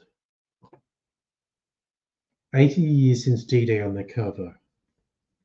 Allies carried out largest amphibious assault in human history. Could they do it? Fuck this whole fetishizing war thing, honestly. Hannah, two facts you know to be true about people suing for defamation when they have things to hide. I want to hear that. War of the Worlds. Prepare to meet your God. Fair enough. Okay, so one, they think people are dumber than they actually are. I agree. I think that is a prime motivator. And two, they believe they're clever and better than inflation. Yeah, it's basically they very much overestimate themselves. Do I get the Jimmy Square? I mean, sometimes this is the first one I've got of any in a while. Let's see if there's any fun stuff in here. Prepare to meet your God, O Israel. Goodness me. See, that's why, do you know, evangelical American Christians support Israel because they think Israel has to exist for the rapture to happen.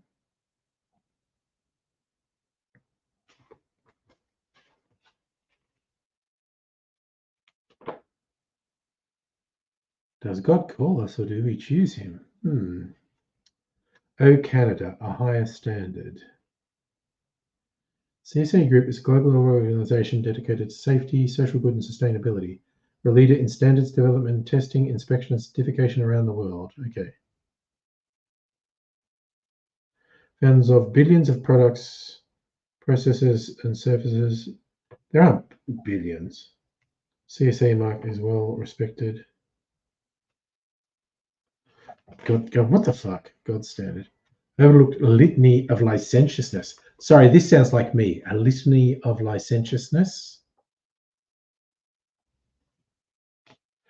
That's my life philosophy. Just a litany of licentiousness. UK immigration, skipping morals, sliding society. The next D-Day. Prophecy provides the answers. Anglosphere in decline. Prophecy of the reversal of power. Wow. Loogie heading off. Where's my mouse? Heading off to do stuff. All right. Have a good day and get some stuff done. Hey, like a crazy man, City Mall. Rapture will happen if we don't stop wearing pants. No, you know, they've all sounds like valid points. Maybe in support for him, I'll stop wearing pants. So history meets prophecy. Ooh, War of the Worlds. Oh, that's not about Martians.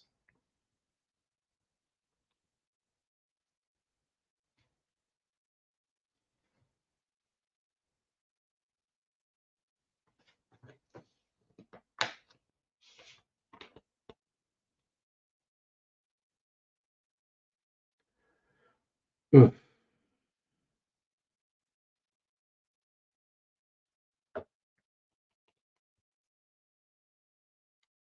Nasty shit, nasty shit. Miraculous events of the past millennia. Experience is not the best teacher. From the days of Adam, mankind has insisted on learning through trial and error, through experience apart from God's instruction. Right, so we shouldn't actually study, we should listen to God. This doesn't even, okay, I don't like this one. This doesn't have the fun ads for the religious CDs, some of which have ambiguously sexual names. Look, again, having gone to Catholic school and actually read and studied the Bible, unlike these fucking people have, then they just shamelessly lie about it.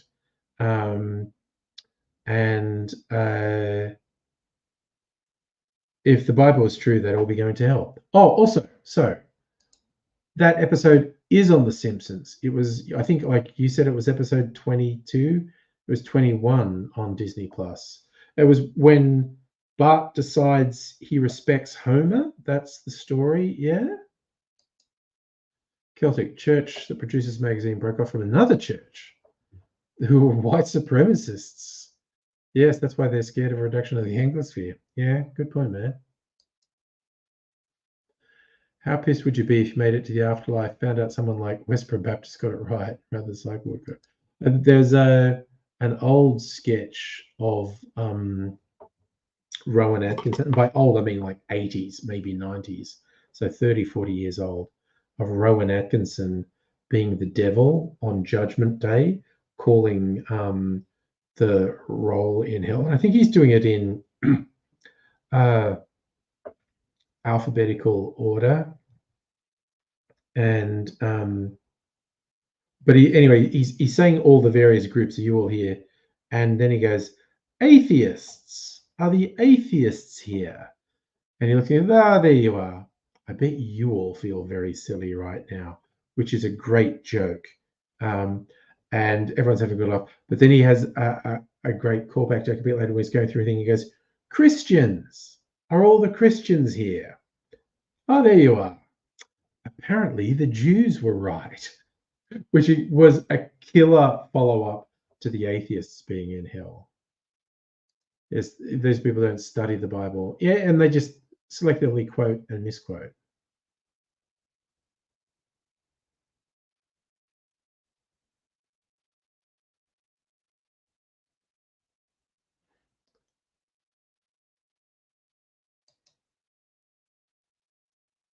Oh, the musical about how the economy is fucked. Okay, I'm just going to go on the record that I disagree with you, and I don't think that episode's any good. I think it's, and I say this as a radical lefty, I think it's preachy and not in a good way. It's like, I get it. Like, that makes 3 episodes from the last couple of seasons of The Simpsons I watched. And it's like, they don't make me laugh. I can kind of go like, oh yeah, that's jokes about the militarization of the police. I get it. Yeah.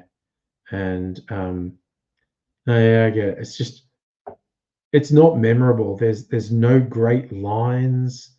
Um, uh, there's nothing memeable in them, and it just doesn't make me laugh. Like I said, of those 3 episodes, I laughed once, as in I actually laughed, and I explained this before. It was in the Crossing Guard once, and I just laughed because it was a cultural reference, and cultural references make me laugh sometimes when yeah, Wiggum threw the deck chair through Homer's window with Crossable written on it, which was a reference to the Kevin Costner Untouchables film when the mob killed one of his sidekicks and wrote touchable in blood.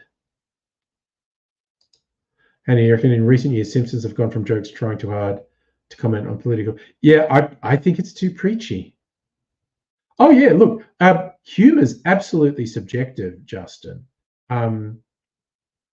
No two ways about it. Humor is a very subjective thing. And it just doesn't do it for me. Look at the French. If you come down here with the Germans, I'm sure you'd have plenty. Oh, you're talking about the Oh yes, sorry, that's what you're talking about. I'm the devil. You can call me Toby. Yeah, that's the old Rowan Atkinson one. I think it was in The Secret Policeman's Ball, which would be the 80s. Rowan Atkinson's old, older than me by quite a bit, I think.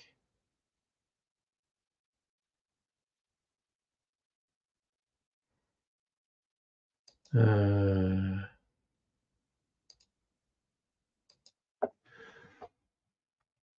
Rowan Atkinson, born in 55. He's a bit younger than Mr. T. So he's about to hit 70. 70 next January.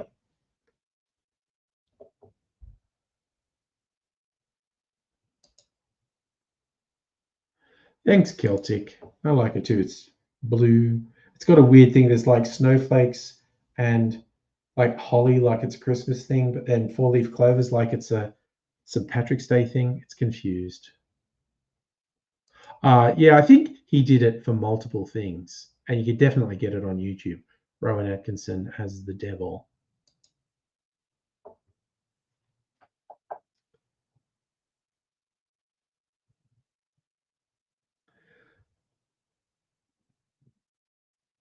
Yeah, I mean, okay, I was thinking like a subjective nature of humor. I still find Rick and Morty funny. Yeah, not so much laugh out loud funny as really engaging and fun storytelling. Uh, yeah. So Strict Say was a stand-up video. Yeah, I think because it was a popular bit, he performed it in lots of different things. Yeah, everyone thinks there's lots of Mr. Bean episodes, and there's only about 6 episodes, plus the movie or movies. Did he do 2 Mr. Bean movies?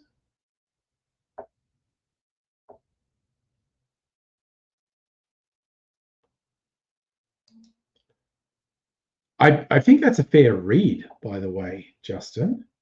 Seeing Mr. Bean as an autistic character. I think that's an absolutely fair read. Hannah, off to bed. Thank you for your head balls raking. You probably do need a good snooze. Well, thanks for sharing with us tonight. I don't think Rowan Atkinson has done anything funny in about 40 years. So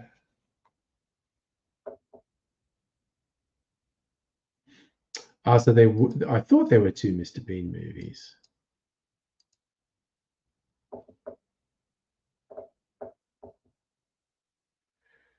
So Mr. Bean feels like this is 2 episodes. So let's actually look up how many minutes of Mr. Bean, not the movies, exists. Mr. Bean. Okay. The show. So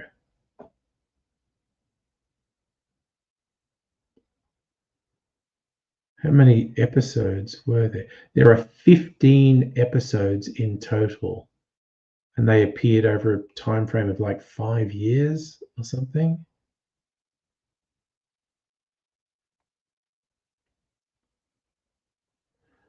About 25 minutes on average for an episode.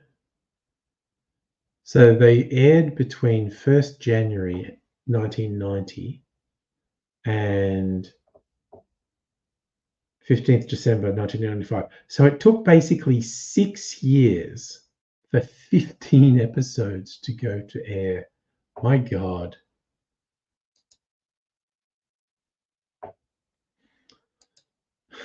Soph loves the Bond movies he did. Oh, Johnny Dangerous.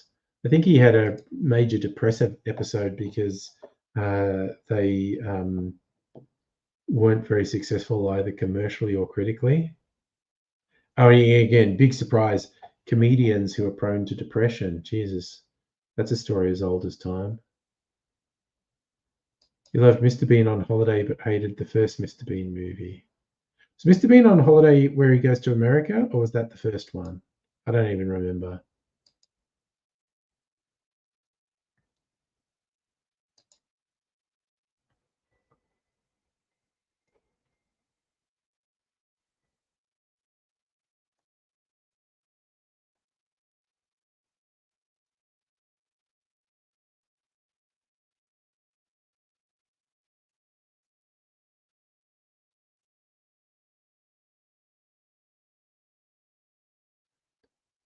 Yeah, it was very interesting that Mr. Bean not speaking in the TV show was deliberately done to make the show work in as many language markets as possible.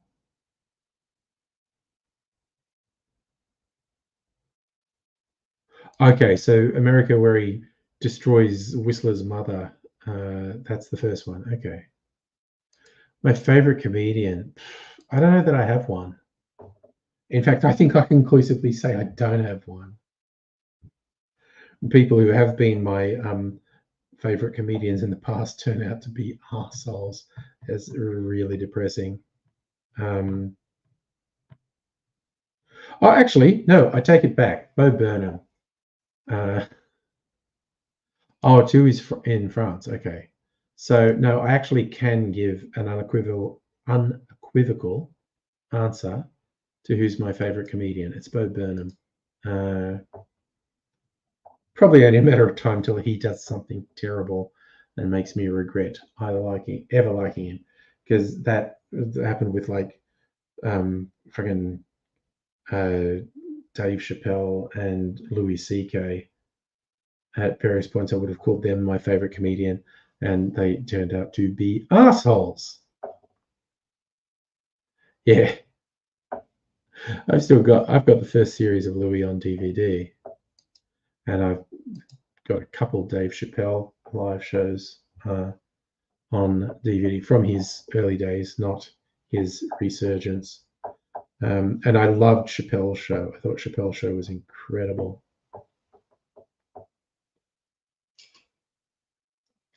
But currently, I don't know any reason to I don't know any reason to spare of Bo Burnham. Bill Burr is kind of swings and roundabouts for me. Mostly like him. So a very similar age to him as well. And he is, generally speaking, funny. But yeah, and I was listening to his podcast for a while. He does a good rambly podcast, just talking about whatever shit he wants to, which kind of appeals to me. I'm just gonna try just a little tipple before bedtime, just a teeny bit of my cask strength brandy.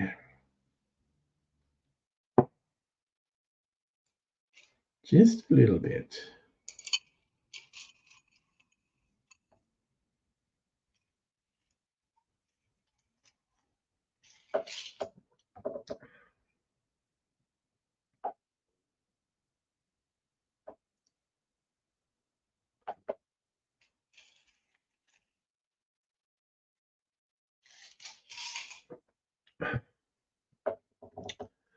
Yeah, Jim Jeffries can be okay. Not a huge fan of Jimmy Carr. He's okay though. I would put Bill Burr quite a bit ahead of both of them. But it's kind of funny when people turn out to be assholes. Like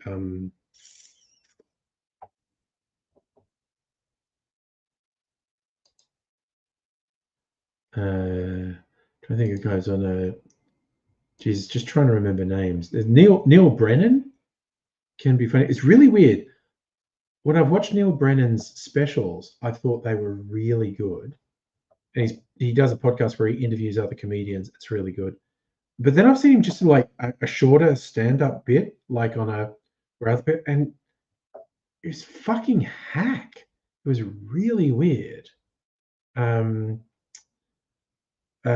Trying to think of the guy who had this kind of persona of being nice, lovable guy, and it turns out he's a piece of shit and a drug addict and is cheating on his wife, and he got Olivia Munn pregnant and broke up with her before she even had the baby. Oh God, why am I not remembering his name? Because I really like some of his stand-up as well. And he had a new thing on Netflix. Everyone's in LA or everyone's in Hollywood. I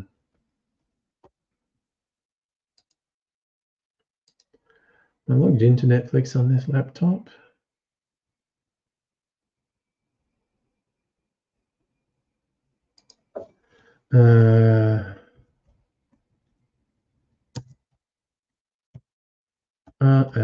Going a bit crazy trying to remember his name.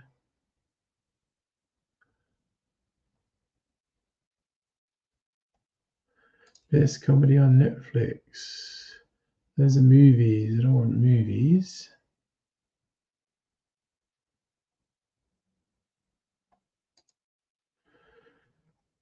Oh God, I'm sure someone's probably. I'm not looking at the chat. Someone's probably put his name in the chat by now, so I'll look. No one put his name in the chat. Why does no one know who I'm talking about?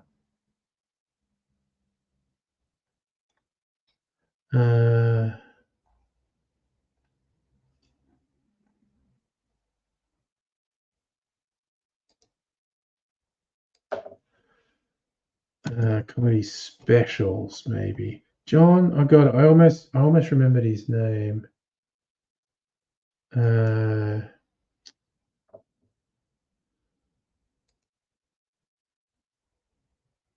John Brady, Kevin Hart, Jimmy Carr, Shane Gillis, Dave Chappelle, Rachel Feinstein, Nat Borghese, Gabriel Iglesias. Jerry Seinfeld, what a fucking cringe. Taylor Tomlinson, she's pretty funny.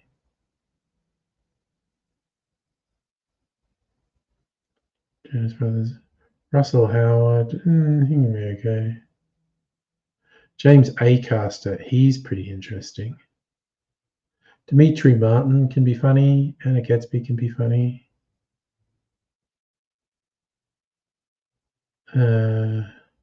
Daniel Sloss, he can be good.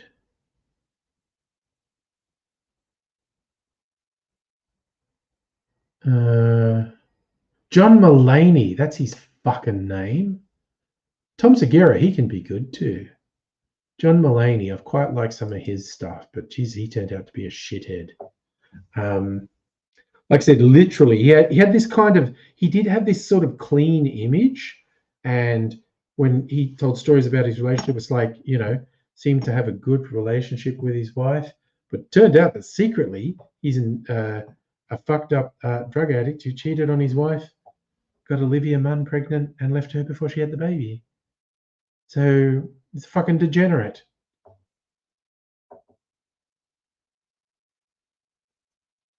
But he did some very funny specials, I think.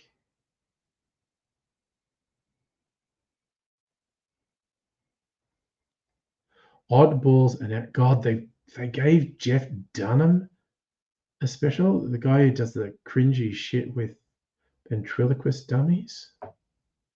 Theo Von, I don't even know who that is. Yeah, Neil Brennan, he's pretty good. Dimitri Martin, I mentioned him. Oh, Mike Birbiglia, he can be good. Pete Holmes, not really.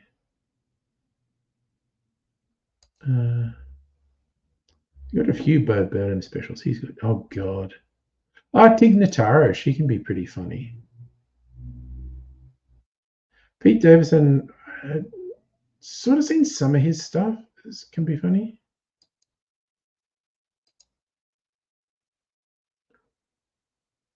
Fred Armisen, he's a weirdo. And I mean that in a good way. Eric Andre, I don't know what he's like as a stand-up. No. Maria Bamford, she can be funny. Garfunkel and Oates, they're pretty funny.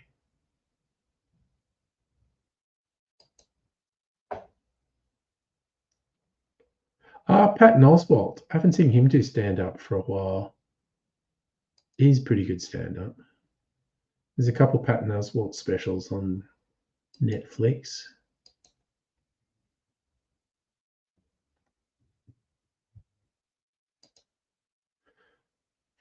Oh God, they've actually got an Ellen DeGeneres special. What the fuck is she like as a stand-up?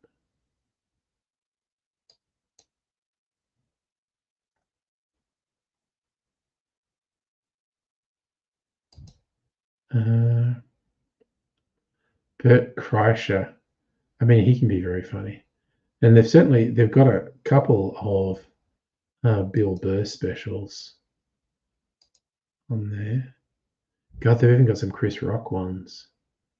Some Jeff Daniels. Jack Whitehall. He's not really my cup of tea, but I guess he can be funny. Oh, God, they've got a Joe Rogan one. Jesus, that's going to be fucking cringy. Anthony Jeselnik, he can be funny. Ali Wong, she can be really funny. Wanda Sykes, she must be interesting as a stand-up now, I think. Very much a senior. I'm sure she'd love to have that. God damn, there is like no fucking end to the comedy specials on Netflix. Hey, Nintendo Lunchbox, how's things in Vegas? Oh, you got Jim Gaffigan's Bergen. What's it like? I used to quite regularly go out like at the comedy festival and stuff. Haven't for a while.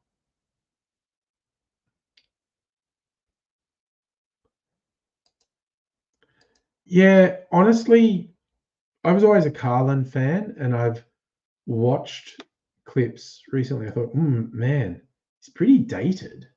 Like, I think if he was still alive, he probably would have kept progressing.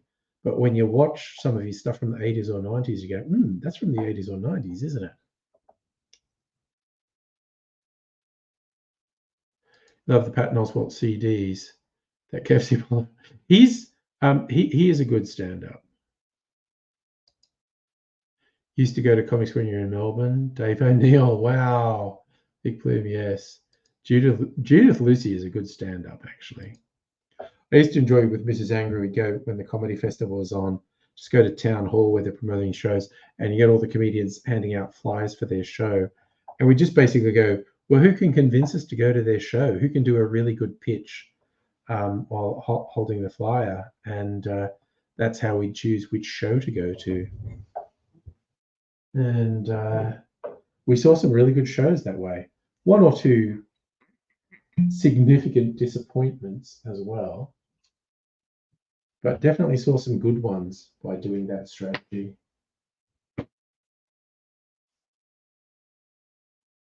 We saw Sammy J's first ever show at the comedy festival that way. He was flyering and made a good case for his show.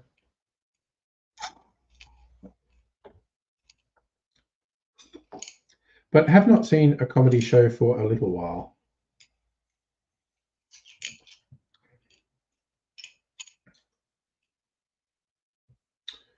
But that's probably, wow, it's actually after 10. How did it get to be after 10? Anyway, it's after 10. I'm going to go Sleepy Burbos. I'm going to have my cherry. And thank you all for dropping in tonight. Sammy J did do the stuff with Randy Feltface, yes.